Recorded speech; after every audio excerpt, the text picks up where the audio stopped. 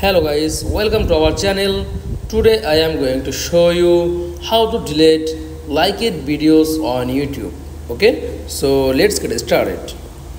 Then first of all, click on YouTube app.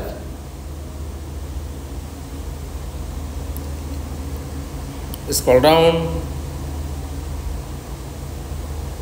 Okay, choose any videos and like. Have you ever wanted to? Okay, then back, click on profile icon and scroll down, tap on settings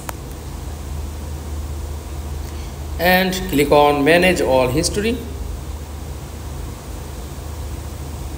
Just wait few seconds, tap on interaction and tap on this option video likes and dislike. Just click, show your all liked video in YouTube. That's all. Thanks for watching. Please like, comments and subscribe. Thank you.